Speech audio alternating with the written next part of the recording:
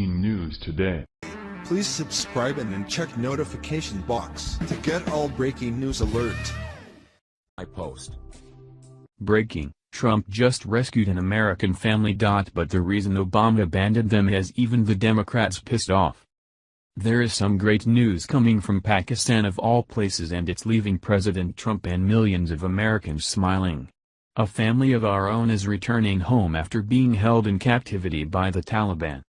Not only was the president able to secure the release of these 4 Americans, 2 of which were young children, but he was able to enlist an unlikely ally in the effort to boot. This goes a long way from former President Obama's coordination with Pakistan. He was so unable to work with the regime that they were providing a safe haven to Osama Bin Laden.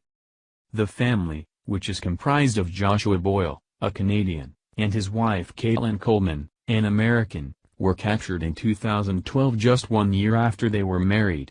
Caitlin was pregnant at the time, and her friends assumed that she and her husband were murdered by the Taliban, since the terrorist outfit isn't exactly known for providing a hospitable care for their hostages, and the added burden of children certainly didn't help. It would be 2 years until any word was sent on their well-being. Joshua, his wife Caitlan Coleman, and their infant have been prisoners of the Taliban since 2012. Caitlin was pregnant when they were kidnapped, and their child was born in captivity. For 2 years, I and some of his other friends assumed they were dead. The Taliban isn't known for treating their prisoners well. Last year, though, there was a ray of hope. Joshua's family went public with a video of Joshua and Caitlin that the Taliban sent them a year earlier.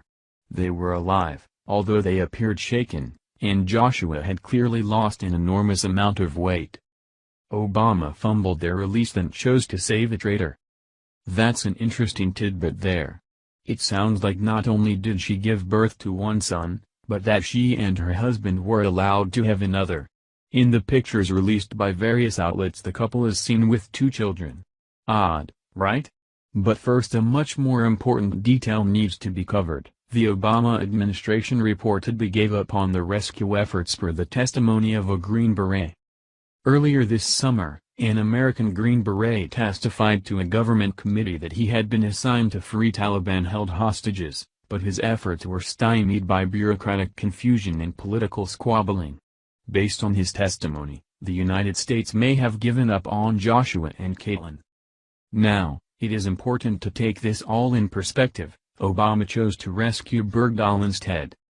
Still, there remains one puzzling aspect of this whole ordeal. The family is refusing transportation out of Pakistan. The U.S. had a C-130 ready to fly the family out of Pakistan, but the husband did not want the transportation, the American officials told NBC News. It was not clear why they rejected the opportunity to immediately leave. President Trump praised Pakistan for its cooperation in the release.